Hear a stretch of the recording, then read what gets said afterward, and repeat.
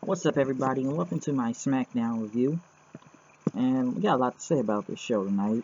A bit slow this week for Smackdown, as people know they don't really have a lot of pay-per-views going on right now until Survivor Series. But we kicked off the show with Randy Orton coming out, cutting a promo, pretty much talking about the talking about Bray Wyatt and the insanity, the quicksand. He has lost his mind as he has lost his. But Orton says there will be wrath and vengeance when it comes until Bray Wyatt showed up in a coffin or a casket with black sheep masks or druids, as you would call them.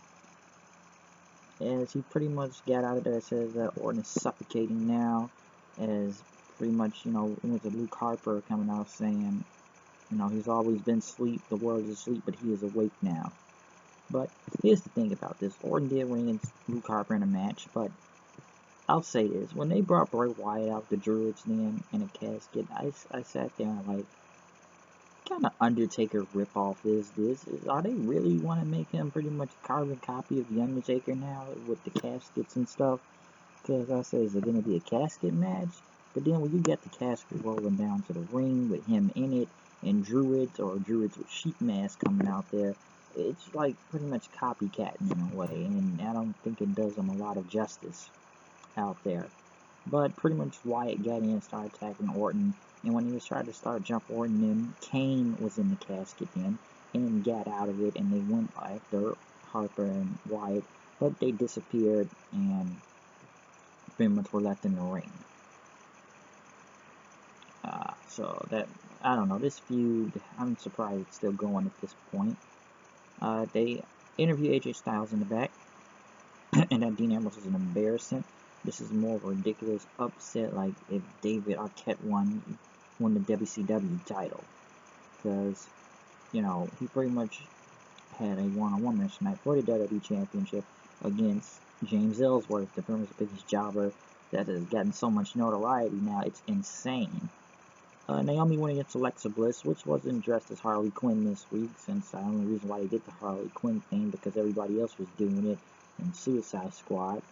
But they made her into a bit of Freddy Krueger this week. It's October anyways, and Halloween is close, so why not? Which her and Naomi had a better match this time.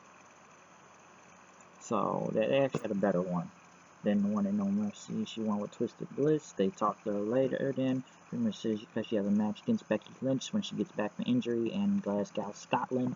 And pretty much she went on to say the fairest of them all and everything because the Wicked Witch is taking the title. So they had a better match.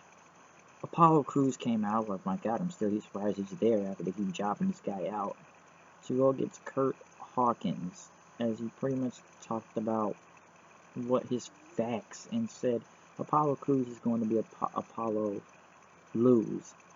And pretty much Crews punched into the ground and Hawkins pretty much left.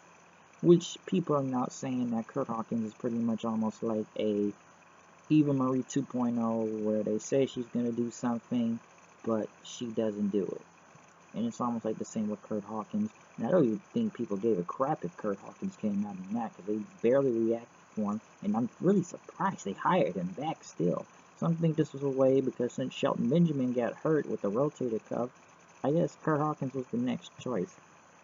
I don't see where this is getting over.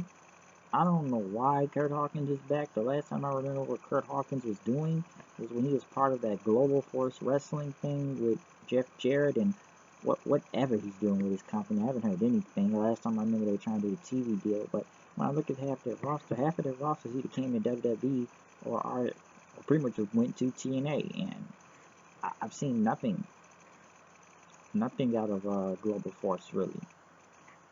So it's just kind of like it's just there. Like it really hasn't done anything. Nothing has really progressed with him. I'm still understanding why they hired him back, but I guess we'll see. But I see the Eva Marie thing where they're going with, where it's like, is he ever gonna wrestle type of thing. Carmella came out to talk about Nikki Bella as she continues to bring up what happened at SummerSlam, and that she stole her moment and stuff like that. But she pretty much went on to play footage from whatever Total Divas, Total Bellas, that she is just a leech off of John Cena, a leech to John Cena, because the reason why she gets all this power and all this stuff around here because she's pretty much, John Cena's girlfriend, pretty much, which everyone knows anyways. But when they play the clip from Total Divas or Bellas or whatever they show, they want to call it, they pretty much went off by those clips right there. And pretty much Carmella pretty much says, you might as well, call Nikki and Mr. Wannabe Hustle loyalty and respect right here. And that Nikki Bella pretty much says she's just one of these bullies that talk about her, the internet trolls and everything. And I don't know, when Carmella played the clip, Nikki says, oh, I see, you know how to edit footage now, okay. And that's just Nina, man, she's fearless and that she wears the pants in this relationship or whatever. So she pretty much told people to chant shame at Carmella and everything. So that's why she's in the ring right now. I don't know, say she's celebrity. And pretty much listen, I'm not really surprised what Carmella said out here, because there's things I've said, and this is things a lot of people said to why they hate the Bellas anyway. And to be honest, for everything they've done, if you go back a year before, like I've said, we can go back to politics, the whole stupid title reign, just so they could beat AJ's record out of spite against her and CM Punk. You can go with that. You can go with that stupid Divas Revolution. You can go from people pretty much booing both of them out of the building. You can go back to the whole "You suck Cena, you suck Bryan" chants.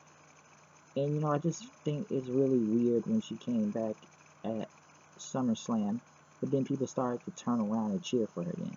Listen, I get the neck injury. Hey, that's good you came back from that, and another job. I won't go into anything against that, but I just think people just don't give a shit about the Bellas, in all honesty, because of the stuff they done. And Carmella pretty much called her a gold digger out there.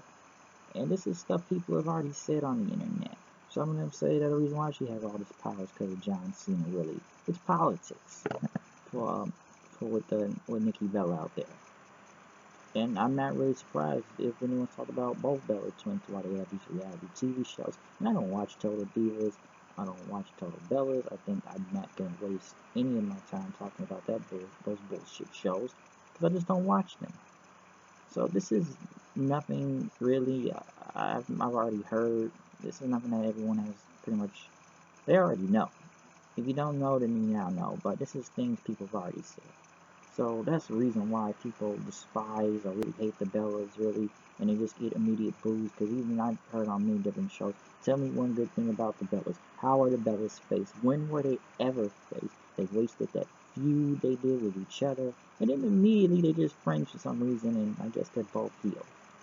So it's just like the things they do is just retarded, and people know the reason. I've heard many stories where this company would pretty much do anything for them, really. And I've heard many stories from different wrestlers about them, even in developmental and stuff. I'm not going to sit through all that.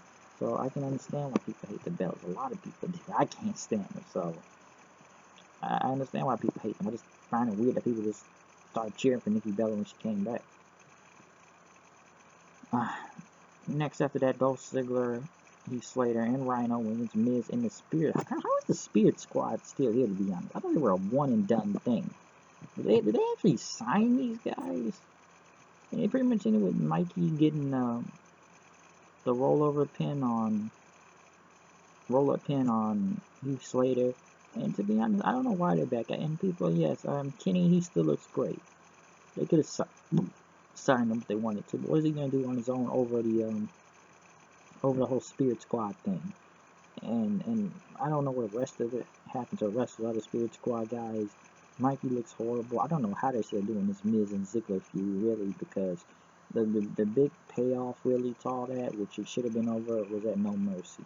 That's when it should have been done. The whole career versus title thing, we could have ended it from there, and we could have moved on. Right now, I don't understand what's going on right now, like, keep doing this. Because I thought the Spirit Squad would have been gone at this point, and we would have seen the end of them, and they would have gone back to whatever. So for some reason they're keeping them.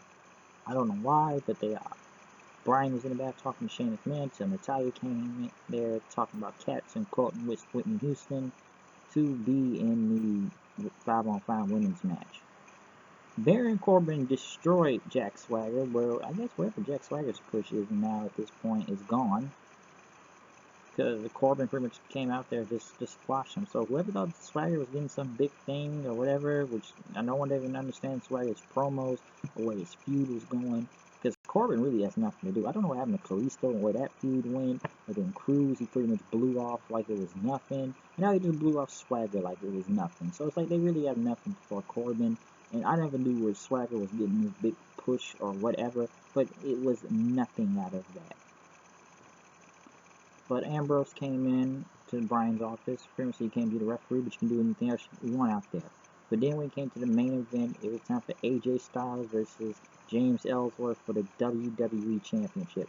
And holy shit, how James Ellsworth was over. As Dean Ambrose did everything. This guy has his own t-shirt, for God's sakes. He's got his own t-shirt out there.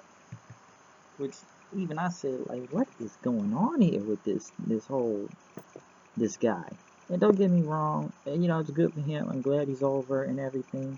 But even I don't think a lot of these things make sense. And I don't know if they're jumping the shark with this or they're pushing this way too fast or whatever. Because I don't think they had a lot to do right now with build up anything.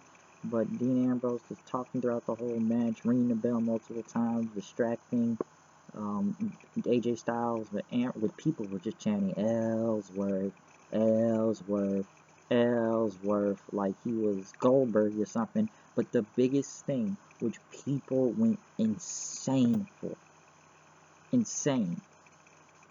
was when Ellsworth there hit a super kick, or people like to call it the no chin music. When he hit that super kick, the crowd went nuts. They all started chanting, "Holy shit, holy shit!" They really believed he was probably gonna win the WWE Championship. They thought he was gonna really win the WWE title. And I just didn't know. I was surprised this guy was super over that people chanting Ellsworth, Ellsworth, Ellsworth, Ellsworth. You know, like I said, I like the guy. I don't know if this is going too far. I don't know if it's not. Some people really believe that the WWE Championship champion is being devalued by losing to a jobber 2 times now, since it was by disqualification, since AJ beat him up really badly. And stuff. So some people think AJ looks bad. This guy shouldn't be pushed this fast. Because even I get to the point where, like, wow, this guy really got big. I knew he was on Wrestling Super, but I didn't think they would keep bringing him back. That he'd be the main event on Smackdown 2 times. And a WWE title shot match. He's more over than half those guys on Raw. He's more over than a lot of these guys in the company. So people loved it. And pretty much Ellsworth won, and then Dean Ambrose pretty much hit the dirty deeds on AJ Styles and pretty much said that he pretty much went on to say that Ellsworth won and he has more wins over Styles than John Cena. What a line right there. So I don't know. Some people really now believe AJ needs a win at this point.